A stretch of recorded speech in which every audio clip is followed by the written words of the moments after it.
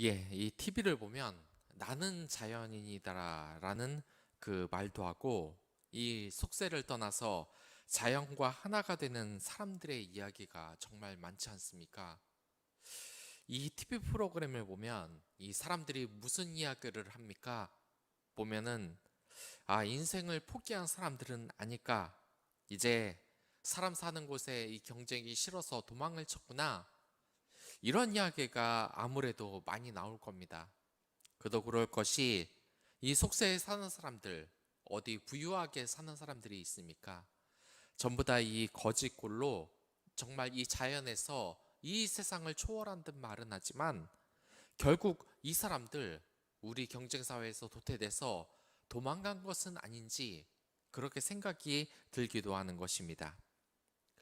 그런데 참 이상한 게 이 프로그램이 시청률이 꽤 높다는 겁니다.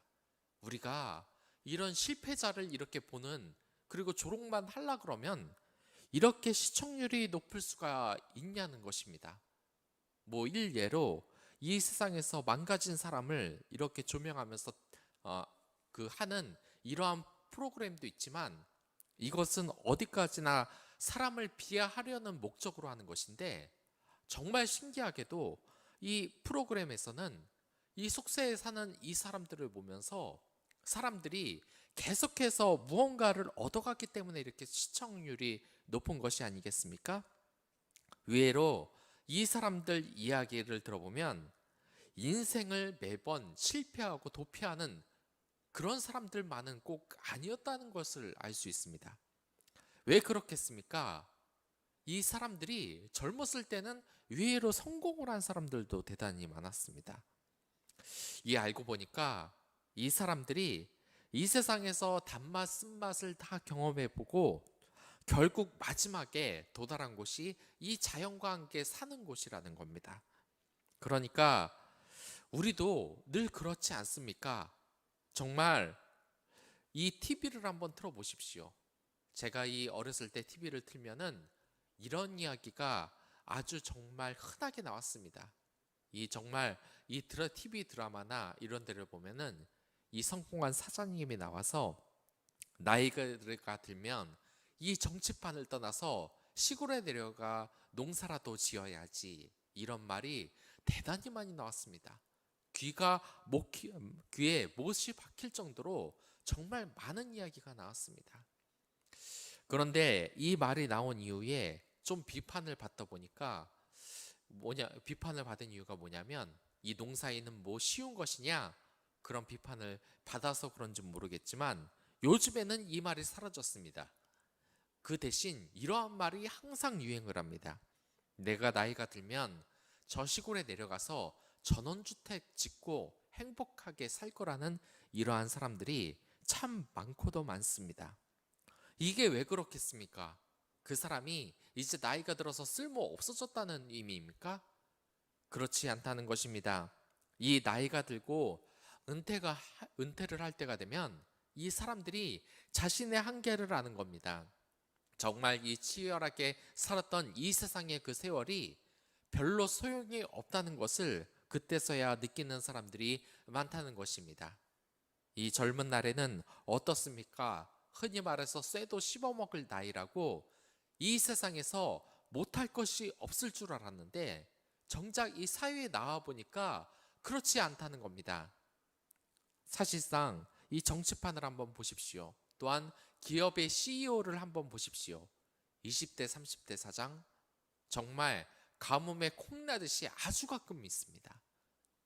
이 세상을 지배하는 것은 이러한 젊은이들이 아닌 것입니다.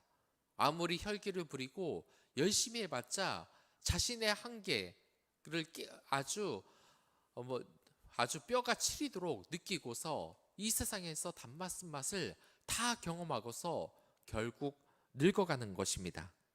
또한 이렇게 늙어가면서 성공한 사람들은 어떻습니까? 이제 이 사는 것의 재미를 잃어버립니다. 또한 내가 무엇을 위해서 그렇게 살았는지 후회를 하면서 살게 되는 것입니다. 바로 이러한 것이 우리의 인생이 아니겠습니까? 이 세상 어떤 것이라도 다 지배할 수 있겠다.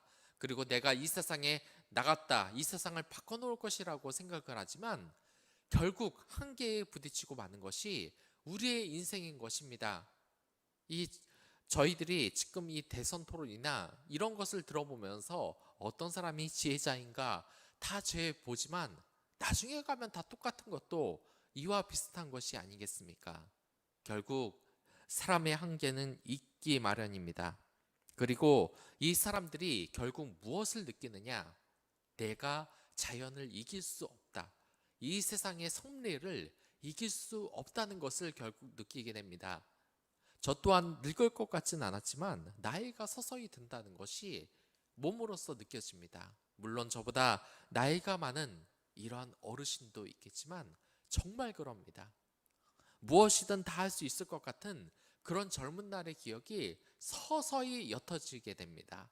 그러면서 내가 이 세상의 섭리를 이길 수 없구나 하는 생각이 강하게 듭니다. 저도 그런데 이 어르신들은 어떻겠습니까? 더욱더 그러한 생각이 강할 것입니다. 욥이 지금 오늘의 본문에서 그런 이야기를 하는 것입니다. 이 자연의 섭리가 얼마나 강한지 정말 우리가 이것을 바꿔놓고 싶어도 바꿀 수 없다는 것을 지금 이야기하고 있습니다. 그리고 이 자연의 섭리가 얼마나 큰지는 14절을 통해서 지금 이야기를 하고 있는데 여기서는 이 인간들이 만들어 놓은 것을 모조리 파괴하시는 하나님의 속성이 나타납니다. 이 사건이 어떤 사건으로 나타났습니까? 바로 바벨론 이 탑 사건에서 나오지 않았습니까? 이 바벨 탑은 결국 인간이 합심을 해서 하나님의 권위에 도전을 하게 되지만 하나님께서는 이 언어를 제각각하셔서 우리 인간들을 모두 흩어지게 하셨습니다. 우리가 하나님께 도전하고 죄를 지으려고 하면 하나님께서는 이렇게 우리에게 벌을 내리시는 겁니다. 그리고 이러한 언어의 장벽이 오늘날까지 정말 계속해서 남아있지 않습니까? 이 하나님은 창조의 능력뿐만이 아니라 파괴의 능력이 있다고 지금 욥이 이야기를 하고 있는 것입니다. 그리고 이렇게 창조와 파괴 능력 이것이 이 세상에서 가장 뛰어나신 분이 바로 하나님이라고 지금 욥이 이야기를 하고 있는 것입니다. 욥이 지금 왜 이야기를 하겠습니까? 욥이 지금 하나님의 이 파괴적인 이 능력을 찬양하는 것은 욥의 세 친구를 지금 비판하기 위해서입니다.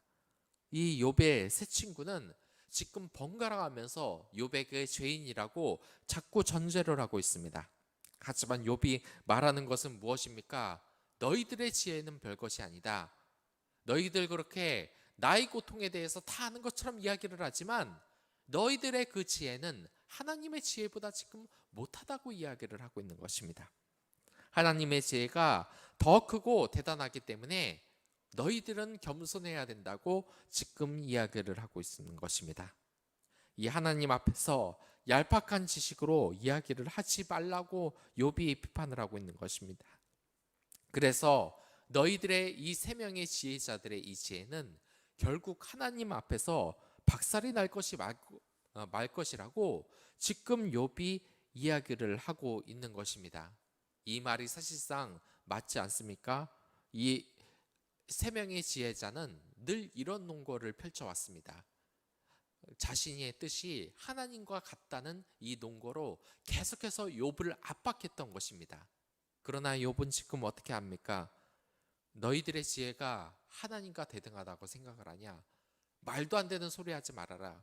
너희들이 아무리 학문을 공부하든 말든 하나님은 너희들의 지혜를 찢어버리시는 그런 파괴적인 속성이 있다는 것을 지금 이들 친구에게 이야기를 하는 것입니다. 그러니까 이 세 명의 친구가 자기 신과 하나님의 지혜를 동등하게 지금 여기고 있었는데 이 욥은 그렇지 않다. 너희들은 하나님의 발끝도 못 따라간다고 지금 이야기를 하면서 너희들이 얼마나 어리석은지 지금 하나님께서 이야기를 하고 있는 것입니다. 그리고 17절부터 21절까지는 인간의 권위를 다스리시는 하나님의 섭리를 이야기하십니다. 그러니까 이 세상의 지혜자나 권력자를 모두 다스릴 수 있는 이 진정한 왕 중의 왕이 하나님이라고 지금 이야기를 하는 것입니다. 이게 얼마나 뛰어나신지 재판장과 모사를 어리석게 한다고 17절에 이야기를 합니다. 그리고 18절에서는 열왕과 그리고 19절에서는 권력자를 넘어뜨리는 분이라고 지금 이야기를 하고 있습니다. 그러니까 우리가 항상 기억을 해야 됩니다. 우리가 매번 대선 투표를 하지만 왜 이렇게 대통령에 실망을 하고 인간적인 지도자에게 실망을 합니까? 그 사람들이 이 세상을 바꿀 것처럼 이야기하지만 결국 바꾸지 못하는 장면을 우리가 너무 많이 보지 않습니까? 우리가 진정 예배하고 정말 뽑아야 될 최고의 왕 중의 왕은 바로 하나님이라는 것입니다. 그 힘이 얼마나 가능한지 이 세상 인간의 권위자들 그 위에 있다는 것입니다. 그렇기 때문에 여러분들은 항상 기도해야 되는 겁니다. 우리나라의 대선, 총선, 또한 공동체에 있어서 우리의 장을 뽑을 때는 그 사람을 믿는 것이 아니라 하나님을 우선 믿고 기도하시기 바랍니다. 하나님께 기도하여 하나님 뜻에 합당한 사람이 뽑힐 수 있기를 바란다고 그렇게 기억을 해야 된다는 겁니다. 그렇게 기도를 해야만 우리는 정말 하나님의 이 보호 아래서 행복하게 살 수 있다는 것입니다. 그리고 마지막으로 여기에서 22절에서 25절까지는 모든 자연의 신비와 이 열국을 다스리시는 하나님의 섭리를 이야기합니다. 전체적으로 이 하나님의 섭리, 자연의 섭리가 얼마나 큰지를 지금 이야기하고 있는 것입니다. 욥이 본문에서 이 만민의 두목들의 이 초용을 빼앗으신다고 하는데 이 하나님의 능력이 이 세상의 모든 것, 모든 자연과 이 열국까지 전부 지배한다는 것입니다. 결국 우리가 살고 있는 이 세상도 하나님의 지배 아래 있을 수밖에 없다는 것을 지금 이야기하는 것입니다. 우리가 이 본문을 통해서 정말 얻을 수 있는 교훈은 바로 이런 것입니다. 이 세상에 일을 만들고 이 꾀하는 것은 사람이지만 일을 처리해야 하시는 분은 결국 하나님이라는 이 사실을 염두에 두고 항상 겸손해야 된다는 것입니다. 이 욥의 세 친구가 하나님과 욥을 비교하며 이 욥을 정말 어리석다고 말하지 않았습니까? 우리 자신도 이러한 것을 정말 조심해야 됩니다. 이 교회에서 한두 교회에서 일어나는 일이 아닙니다. 갑자기 교회에 많은 사람들이 목회자나 장로를 이렇게 비난하면서 지금 하는 행동들이 하나님 행동이 맞는 거냐 하면서 비난을 하는 경우도 있습니다. 이 말의 전제가 뭡니까? 자신은 하나님 편이라고 착각을 하는 것입니다. 이 욥의 세 친구의 결정적인 실수가 무엇입니까? 자신의 지혜가 하나님의 지혜라고 지금 착각을 하고 있는 것입니다. 늘 그럽니다. 정말 무서운 그리스도인의 경우가 뭔지 아십니까? 내가 기도를 해봤는데 이게 하나님 뜻에 합당한 것이냐 라면서 다른 사람들을 비난하는 사람들입니다. 말의 초면에서 이미 자신의 뜻이 하나님 뜻과 똑같다고 착각을 하면서 상대방을 올가매는 사람입니다. 이런 사람을 만나면 정말 답이 없습니다. 자신이 하나님의 뜻에 합당한 사람이라고 생각을 하고 상대방을 비난합니다. 정말 하나님이 두려울 줄 모르는 것입니다. 일예로 예전에 그런 일이 있었습니다. 이 기독교를 바탕으로 한 정치 세력을 만들자고는 이러한 취지로 말을 한 적이 있습니다. 그러나 저 개인적인 의견으로는 신중해야 된다고 생각을 합니다. 왜냐? 이러한 기독당이 세워지면은 어떠한 일이 있겠습니까? 하나님의 뜻만 온전히 기도하고 말하면 좋을 텐데 인간의 욕심으로 하나님의 이름을 비워서 죄를 지을 가능성이 너무나 많아지기 때문에 그러면 안 된다고 생각을 합니다. 일예로 하나님이 우리에게 가장 중시한 것이 무엇입니까? 바로 하나님 사랑과 이웃 사랑입니다. 하지만 하나님 사랑과 이웃 사랑은 제쳐둔 채 이 권력을 갖는 것에 초점을 준 이 정치, 당을 세우면 어떻게 되겠습니까? 결국 하나님 사랑과 이웃 사랑에 멀어지고 말 것입니다. 더욱더 이 권력에 해버리고 말 것입니다. 여러분들, 그 옛날에 정말 이것은 너무나 훌륭한 정치 사상이다. 이 세상을 유토피아로 바꿔놓을 것이다. 이 유토피아라는 것이 뭡니까? 모두가 평등한 사회 아니겠습니까? 이러한 세상을 만들어낸 훌륭한 이론이 있습니다. 그 이론이 무엇입니까? 바로 유물론, 마르크스가 만든 이 공산주의 세상입니다. 모두가 잘 먹고 잘 사는 이 세상을 만들자고 했지만 지금 어떻습니까? 물론 이 중국이 경제적으로 잘 산다고 생각을 하시는 분들도 있을 겁니다. 그러나 거기 사람들이 어떻습니까? 말 한마디 잘못해도, 또한 이 종교의 자유도 없는 그곳이 어디 사람 사는 곳입니까? 그곳은 분명히 하나님이 무너뜨리실 것입니다. 하나님의 뜻을 그렇게 따르지 않는 국가들은 모두 나중에 무너지게 돼 있습니다. 우리는 늘 생각을 해야 되는 것입니다. 내 지혜가 위에 있는 것이 아니라 내가 가지고 있는 이것이 정말 하나님의 지혜로 동등하게 생각을 하면서 이렇게 말하는 것에 대해서 정말 조심을 해야 된다는 것입니다. 우리는 어떤 경우가 또 있습니까? 죄인을 용서하지 않고 벌을 주는 것이 하나님의 뜻이라고 늘 말을 하는 경우가 자주 있습니다. 정말 이게 좀 어렵겠지만 우리가 해야 되는 일이 이것입니다. 정말 때려 죽여도 시원찮을 이 정인이 부모님들의 그 악행들이 정말 우리 사회를 발칵 뒤집어 놓지 않았습니까?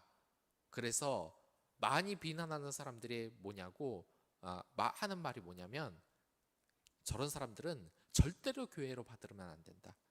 저런 죄인들은, 패람치한 죄인들은 용서의 가치가 없다고 이야기를 합니다. 하지만 여러분들, 그 말을 함부로 하면 안 되는 게 왜 그런지 아십니까? 여러분들과 저도 그렇게 되실 가능성이 있는 사람들이기 때문입니다.